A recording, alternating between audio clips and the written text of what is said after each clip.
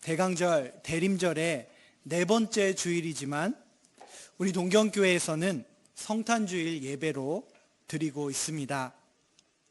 지금까지 한 주 한 주 우리는 이 성탄을 향하여 걸어왔습니다. 우리가 무언가를 하거나 또 어딘가를 향하여 갈 때 우리는 이루어질 그것을 생각합니다. 우리가 도착할 그곳을 바라보면서 나아갑니다. 이렇게 하나하나 해가면, 이쪽으로 한 걸음씩 걸어가면 그것이 있겠지. 우리가 그렇게 생각하고 움직일 수 있는 이유는 우리 안에 약속된 것, 믿을 수 있는 어떤 결과가 있기 때문일 것입니다. 오늘 여러분의 하루 가운데는 어떤 작은 약속들이 있을까요? 아침에 일어나서 몇 시에 식사를 하고 몇 시에 누구랑 만나서 이 예배당에 오시기까지 아마도 작은 약속들이 있지 않았을까 생각이 됩니다. 우리가 하나님의 말씀으로 오늘도 경청하고 있는 이 성경은 하나님의 약속, 그 약속에 대해 이야기하고 있는 책이라고 표현할 수도 있을 것입니다. 구약과 신약, 먼저 주어진 약속과 나중에 주어진 약속. 오늘 이 성탄주일에 우리는 하나님께서 사람들에게 주신 그 약속을 어떻게 지키시는지, 어떻게 그 약속을 실현시키시는지를 주어진 성경 말씀 가운데에서 함께 발견하기를 원합니다. 오늘 교독문 119번을 함께 교독했습니다. 그 교독문 가운데는 우리가 이 성탄절 기간에 자주 접하는 선지자의 예언의 말씀이 있습니다. 그 말씀은 구약의 선지자 미가가 전한 말씀입니다. 미가서 5장 2절을 보면은 베들레헴 에브라다야, 너는 유다 족속 중에서 작을지라도 이스라엘을 다스릴 자가 네게서 나에게로 나올 것이라. 그의 근본은 상고에 영원에 있느니라 라면서 어떤 놀라운 이스라엘을 다스릴 자가 극히 작은 베들레헴이라는 이 유다 족속의 마을에서 나올 것이다 라는 이 예언에 대해서 미가는 말하고 있습니다.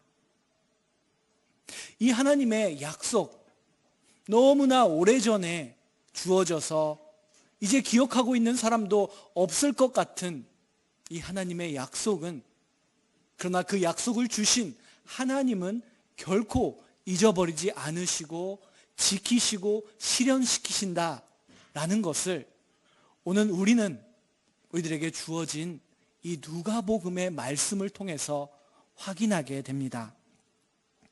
우리가 지난 몇 주 동안 나눠왔던 누가복음서를 오늘도 우리는 함께 읽었습니다. 누가는 유다 지파에 속한 아직 어리고 젊은 여인 마리아에게 성령이 임했다, 지극히 높으신 자의 힘이 임했다라는 그 이야기를 말하고 있습니다. 그리고 그 성령으로 인하여 메시아 예수님을 잉태하게 되었다라고 기록을 하는데, 여기서 누가는 이 마리아에게도 약속이 주어졌다라고 말합니다. 어떤 약속이 마리아에게 주어졌을까요? 누가복음 1장 31절을 보면은 아직 어리고 약혼은 했지만 결혼하지 않은 이 마리아에게 네가 임신하여 잉태하여 아들을 낳게 될 것이니 그 아이의 이름을 이렇게 정하여라 라는 그러한 약속이 주어집니다. 또한 그 아기는 그저 평범하게 자라는 것이 아니라 32절에서 그가 큰 자가 될 것이고 지극히 높으니 즉 하나님의 아들이라 일컬어질 것이요 또 다윗의 왕위가 그에게 주어질 것이다라는 너무나 큰 약속이 지금 이 평범한 여인, 어린 젊은 이 마리아에게 주어지고 있습니다. 마리아에게 주어진 이 약속은 가브리엘이 약속을 전함과 동시에 이루어지지 않았습니다. 마리아에게는 우리들과 똑같이 하나님의 약속에 대한 기다림의 시간이 있었고, 기다림의 시간에는 믿음과 인내와 소망이 필요했다라는 것입니다. 우리는 대강절을 이 시간을 보내면서 기다림에 대해서 함께 묵상해 왔습니다. 오늘날 현대사회는 기다리는 것을 참 싫어합니다. 그래서 뭐든지 빨리 원할 때 얻으려고 합니다. 그러나 성경은 늘 우리들에게 기다림에 대해서, 소망과 믿음에 대해서 말하고 있습니다. 누가는 이 마리아의 기다림의 시간에 큰 힘이 되고 도움을 주었던 또 다른 여인에 대해서 아주 정중하게 우리들에게 전해주고 있습니다. 누가는 엘리사벳이라는 여인을 소개합니다. 누가복음에서 이 엘리사벳은 하나님 앞에서 의로운 사람이었다, 의인이었다라고 소개가 되고 있습니다. 그 엘리사벳에게도 하나님의 약속이 주어졌는데 그 시기가 마리아보다 더 일찍 먼저 그 약속이 주어졌고, 그 약속을 기다리는 시간, 그리고 그 약속이 엘리사벳이라는 여인 가운데 어떻게 그녀의 몸을 통하여 이루어졌는지를 체험했다라고 누가는 기록하고 있습니다. 엘리사벳의 그 체험은 마리아에게 하나님이 주신 약속에 대한 믿음을 주게 되었습니다. 우리가 너무나도 잘 아는 이 크리스마스의 이야기, 우리가 성탄극에서 아주 잘 보았던 그 장면입니다. 천사 가브리엘은 어떤 예고도 없이 갑자기 마리아를 찾아와서 이렇게 말합니다.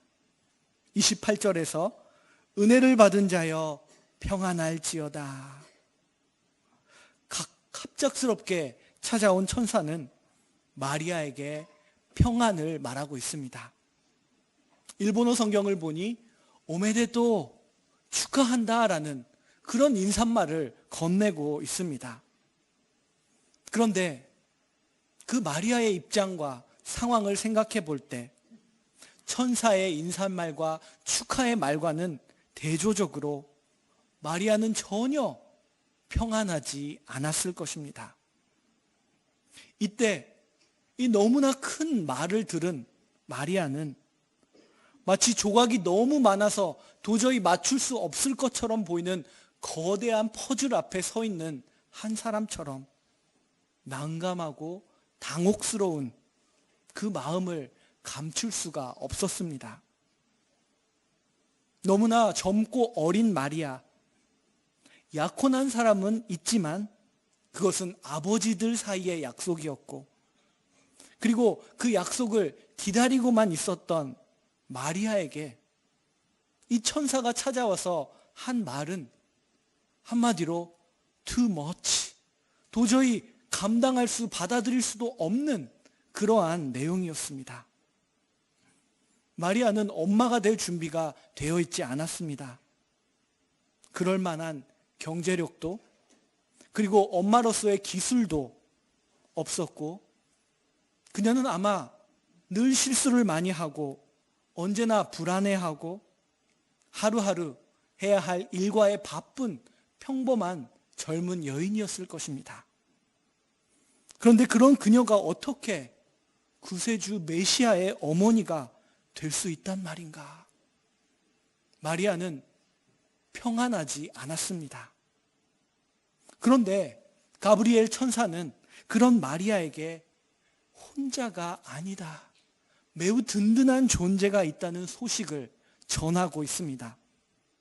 36절에서 보라, 너의 친족 엘리사벳도 늙어서 아들을 배었느니라. 본래 임신하지 못한다고 알려진 이가 이미 6달이 되었나니.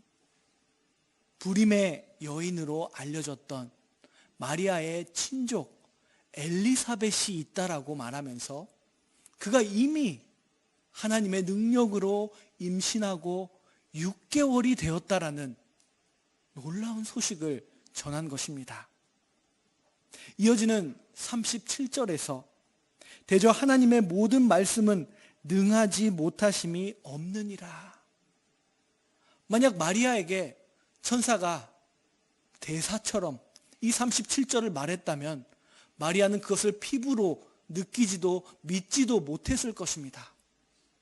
그런데 마리아에게 그의 친족 엘리사벳이 누구인지, 엘리사벳이 임신하지 못하여 얼마나 슬퍼했는지, 엘리사벳의 그 얼굴의 표정과 피부와 모든 것을 마리아는 알고 있습니다. 그런데 그녀가 지금 임신하고 6개월이 됐다는 소식은 말 그대로 37절 그대로 하나님의 모든 말씀은 능하지 못함이 없다라는 것을 전하는 사건으로서 너무나 충분했습니다. 또한 여기서 중요한 것은 엘리사벳 도라는 이 도라는 한 문자입니다. 즉 마리아는 혼자가 아니다라고 가브리엘은 말하고 있습니다. 마리아에게 엘리사벳의 이 이야기가 얼마나 큰 위로가 되었을지 상상해 봅니다. 마리아의 믿음과 순종과 기다림과 인내, 우리가 너무나 잘 아는 이 마리아의 그 배후에는 엘리사벳이라는 또 다른 여인이 있었다라는 것을 누가는 우리들에게 전하고 있습니다. 마리아는 엘리사벳도라는 이 표현으로, 이 말로 큰 위로를 얻습니다. 마리아에게 전해진 이 약속을 마리아는 분명하게 깨닫지도 이해하지도 못했습니다. 그렇지만 이 엘리사벳의 존재를 듣고 하나님이 능히 못하는 일이 없다라는 믿음을 나타내면서 놀라운 한 걸음을 시작하는 모습을 보게 됩니다. 어린 마리아는 여전히 두려워하고 떨고 있지만 조심스럽게 천사에게 이렇게 말했을 것입니다. 38절의 말씀입니다. 마리아가 이르되 주의 여종이오니 말씀대로 내게 이루어지이다 하매. 하나님의 이 약속을 내 안에서 이루소서. 천사를 통해 전해진 하나님의 말씀을 받아들이는 그 마리아의 믿음이 여기서 나타나고 있습니다. 마리아는 천사가 전한 이 너무나 믿기 힘들고 부담스러운 약속을 받아들였습니다. 그러나 그때부터가 시작입니다. 우리가 예수 그리스도를 믿고 그지로 고백하고 세례를 받고 나서 끝이 아니라 믿음의 여정이 시작되는 것처럼 마리아의 여정이 시작된 것입니다. 마리아는 그 약속이 이루어질 때까지 보내야 할 현실과 시간들이 많이 있었습니다. 그리고 마리아는 같이 있고 싶은 한 사람이 있었습니다. 이어지는 39절을 보면 이때에 마리아가 일어나서 서둘러서 빨리 어딘가로 갔다라고 말합니다. 산골로 가서 유대 한 동네까지 갔다. 마리아가 있었던 나사렛의 갈릴리 나사렛에서 이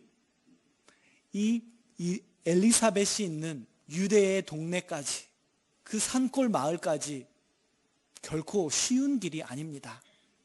다음 슬라이드를 보여주시겠습니까? 지도를 보시면 서쪽에 지중해가 있고 이스라엘이 보입니다. 북쪽에는 예수님께서 활동하셨던 갈릴리 나사렛이 있습니다. 빨간 네모로 표시되어 있는 곳이 지금 마리아가 있는 나사렛입니다. 그곳에서 아주 산이 많은 산지를 남쪽으로 쭉 내려온 곳에 유대 땅이 있고, 그리고 그 유대 땅에 이 엘리사벳은 살고 있었습니다. 거리로 160km가 넘는 이 거리를 마리아가 이동하는 모습을 생각해 보시기 바랍니다. 마리아는 서둘러서 그곳으로 갔다고 합니다. 마리아의 마음속에는 어떤 것들이 있었을까요? 불안과 초조함. 당시 유대인 사회에서 결혼하지 않은 여인이 임신했다라고 하는 이 사실이 그녀에게 무엇을 가져다 줄 것인지 여러 가지 생각이 엄습해 왔을 것입니다. 그녀는 서둘러서 유대의 산지, 이 스가랴의, 그리고 아내 이 엘리사벳의 집을 찾아왔다라는 것입니다. 그것을 찾아와서 엘리사벳을 부르며 마리아가 인사합니다. 그러나 마리아는 두렵습니다. 과연 엘리사벳이 나를 받아들여 줄까? 결혼도 안 한, 약혼은 했지만 결혼도 안 한 내가 임신했다는 소식을 듣고 화를 내면 어떡하지? 당장 집으로 아버지께로 보내면 어떡하지? 여러 생각들이 있었을 것입니다. 자신을 찾아온 어린 마리아를 엘리사벳은 어떻게 맞이했을까요? 42절에 나와 있습니다. 엘리사벳은 평소보다도 더 크고 명랑하고 높고 밝은 목소리로 마리아를 맞이하면서 이렇게 말합니다. 여자 중에 네가 복이 있으며 지금 너의 뱃속에 있는 아이도 복이 있도다. 엘리사벳이 마리아를 맞이하면서 건넨 첫 마디는 직책도 책망도 아니었고 축복의 말이었습니다. 마리아는 천사의 인사를 받았지만 여기서 처음으로 사람의 축복을, 사람의 환영을, 인사를 받게 되었습니다. 엘리사벳은 불안함과 막막함 속에 자신을 찾아온 어린 마리아를 보자마자 여자 중에 내가 복이 있도다라, 너는 복된 자라고 마리아를 받아들이면서 축복하고 있습니다.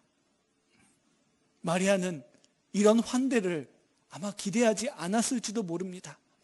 그저 엘리사벳 옆에 있고 싶어서 왔을지도 모르겠습니다. 그러나 엘리사벳은 축복의 말을 건네주고 그녀를 환영했습니다. 마리아에게 얼마나 큰 위로가 되었을까요?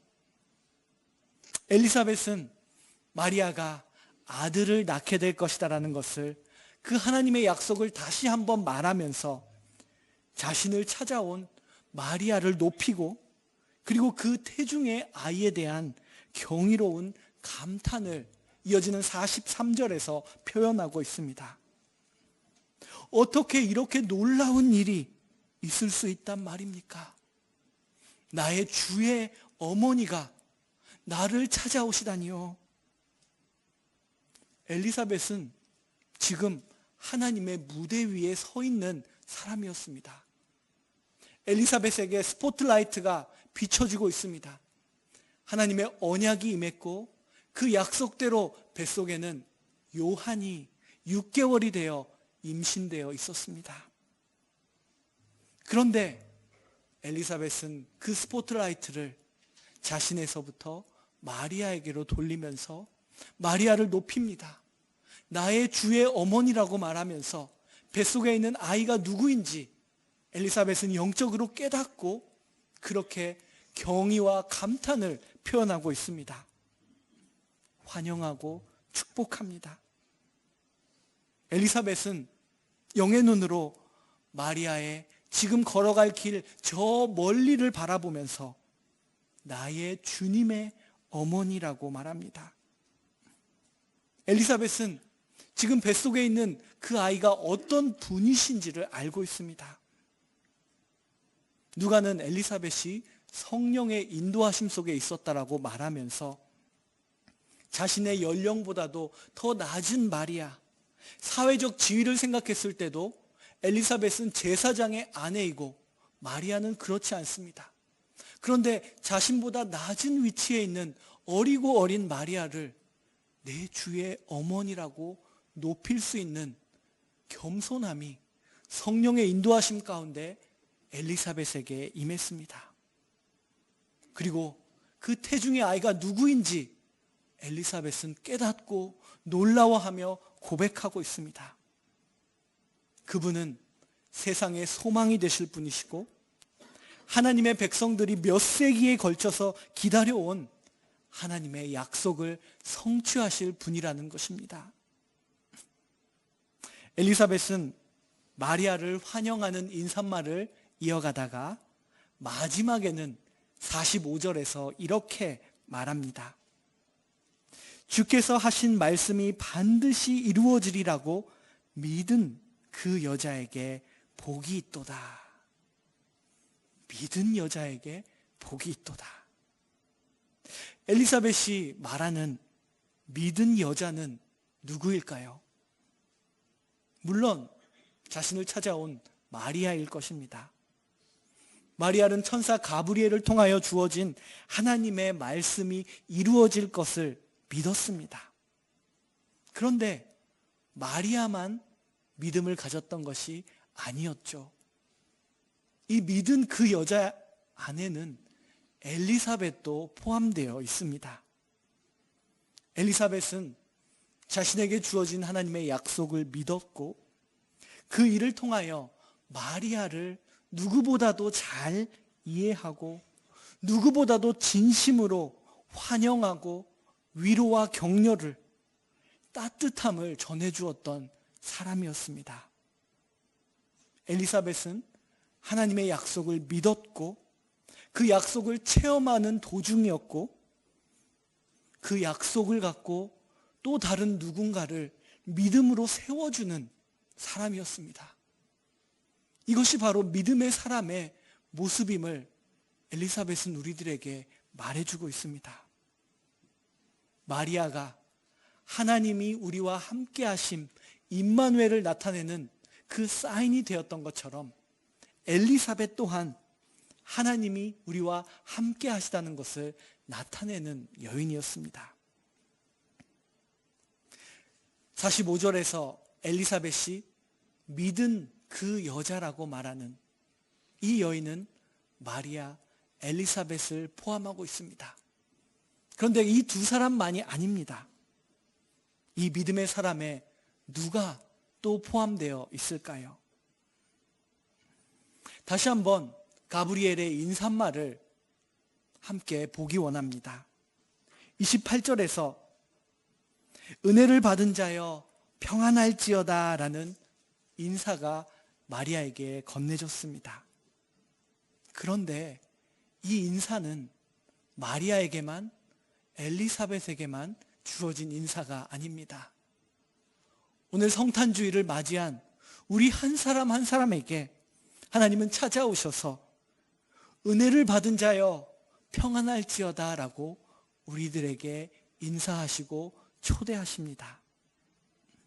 하나님의 잔치에 참여하도록 이 세상을 향한, 우리를 향한 하나님의 초대는 오늘도 계속되고 있습니다. 하나님의 나라, 하나님의 다스리심을 함께 기뻐하고 함께 이 땅에 그 나라를 이루어 가자고, 그래서 당신은 초대받은, 축복받은 평안한 자라고 우리들에게 평강이 있을지어다라고 말씀하고 계시는 것입니다. 우리는 하나님의 이 초대를 바라보면서 왜 굳이 하나님은 전지전능하신데 왜 우리 같은 인간 따위를 끌어들이시는 걸까? 라고 생각할지 모르겠습니다. 그러나 그런 질문과 의문 속에서 우리가 절대 놓치지 말아야 할 것은 내가 이 초대에, 하나님의 초대의 대상이 되고 있다. 우리가 하나님을 다 이해할 수 없지만 하나님은 지금도 그 초대를 하고 계신다는 그 사실을 놓쳐서는 안 됩니다. 오늘 본문을 비롯한 성경의 약속과 그 약속을 받고 믿은 사람들의 이야기는 그저 고대의 옛날 이야기가 아닙니다. 단순히 우리가 기억만 하고 우리들이 좋아하는 이야기 중에 하나로 기억할 이야기가 아닙니다. 우리를 향한 하나님의 부르심과 초대를 오늘 이 시점에 우리들에게 말하고 있는 살아있는 말씀이라는 것입니다. 다시 한번 보겠습니다. 은혜를 받은 자여, 은혜를 받은 동경교회여, 평안할지어다. 하나님은 이렇게 우리를 찾아오셔서 말씀하십니다. 마리아처럼 우리는 당황스러워할 수 있습니다. 우리는 할 수 없다고 말할지도 모르겠습니다. 그러나 하나님은 계속해서 우리를 초대하십니다.